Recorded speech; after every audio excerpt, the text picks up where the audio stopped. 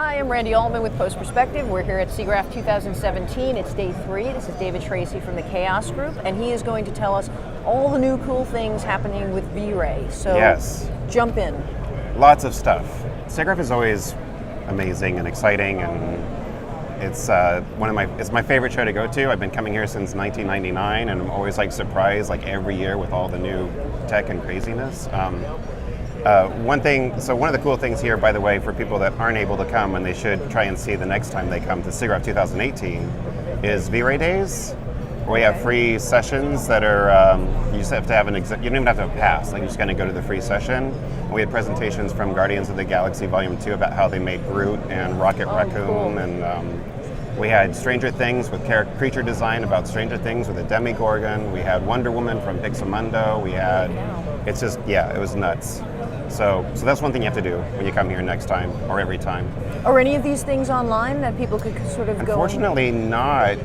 So part of the permissions, a lot of these presentations, you couldn't even do it on the show floor. It has to be, and no video and audio are allowed. Oh. But it's really cool because it's a really candid look about, it's not glossed over at all. You really get to get into the details on how they make this stuff, the challenges they faced, and everything like that. And there's a really nice kind of an intimate Q&A session afterwards. So nice. It's becoming one of my favorite things to do every year, is just to sit in on our own sessions, which sounds weird, but it's really true.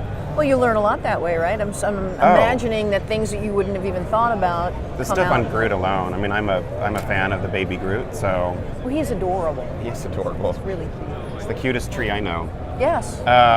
But I guess the biggest thing for us this year was really at the Epic Unreal Game Engine. They had their first user event here. Mm-hmm. It was at the Orpheum Theater, and as sort of the just one more thing moment, that they do at presentations, everyone got to see the first look of V-Ray running inside of the Unreal Game Engine. So we're going to have V-Ray for Unreal. Okay. It's just alpha. We don't have a date yet or anything like that, but it's something that's been in the works for a long time. Epic actually reached out to us quite some time ago. We've had a lot of conversations, and it's really great working with them. And this is kind of the first time we could kind of publicly show it off. So so often people want to do real-time workflows, and game engines are of course perfect for that. Sure. And they want to do it outside of just games. They want to do it in design. They want to do it in automotive, things of that sort. So soon you'll be able to be doing your real-time workflow, and then at any time you want to, basically you just hit render and fire off and get a fully ray-traced V-Ray render, a photorealistic rendering right from within the game engine. That's pretty amazing. Yeah, I mean, you can load in your V-Ray stuff, and it maintains all of the services and the material, all the data is there. So as you make changes, it's a two-way street. So you can continue to work, and what do you say, iterate in design? Iterate is the word.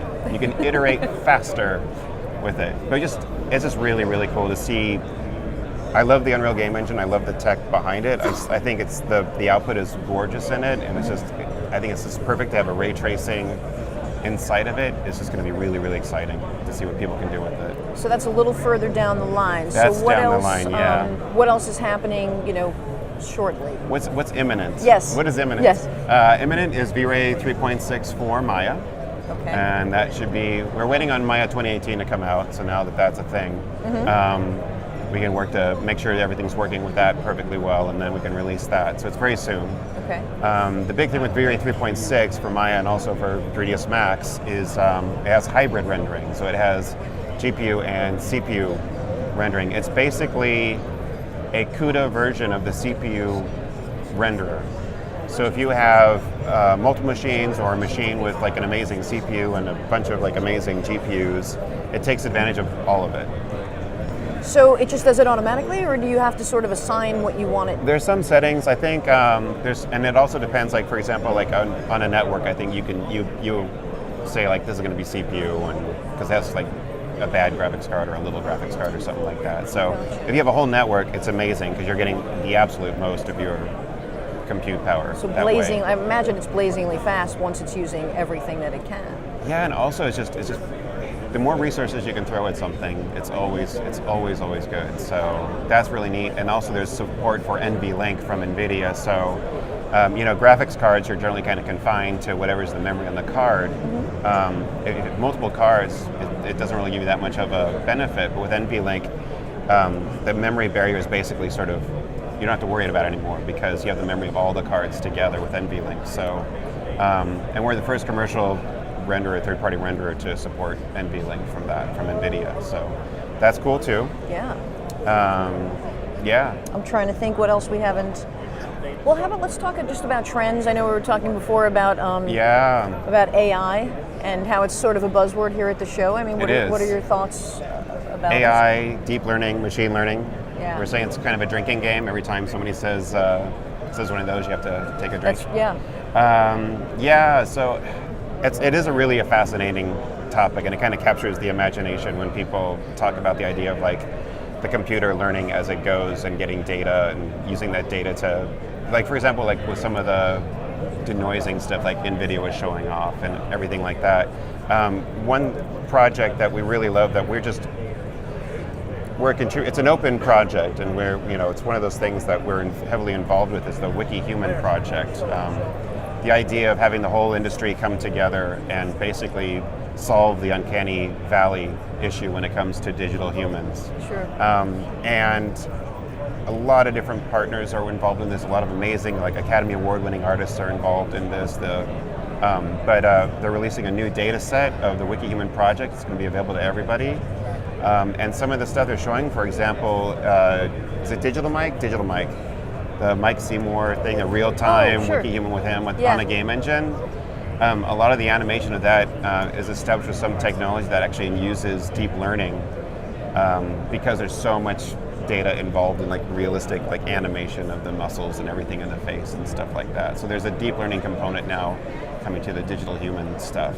But yeah, the new WikiHuman data set, anybody can have access to it and play with it. And nice. He went, there's crazy stuff. He went and got his eyes scanned at Disney Zurich Research, like the Disney Research in Zurich, Switzerland. And it's so cool because everybody has access to like where we are almost as an industry in terms of a research project. Right, so it's like an open source kind of thing. It's an open source thing that people can play around with. And there's actually going to be a podcast about it really soon on CG Garage, which is always a great podcast to listen to.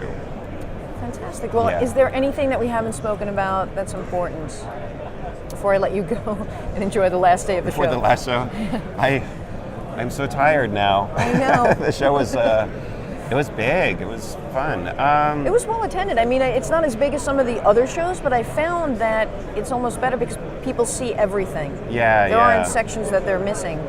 I think one of the things that's really cool is obviously like VR and AR. People are always talking about that, and that's something that we're also heavily involved with. And I think one of the interesting things to me is there are a couple of companies that have been really great to work with. NoZone and Neuralize. Neuralize is on the show floor here actually.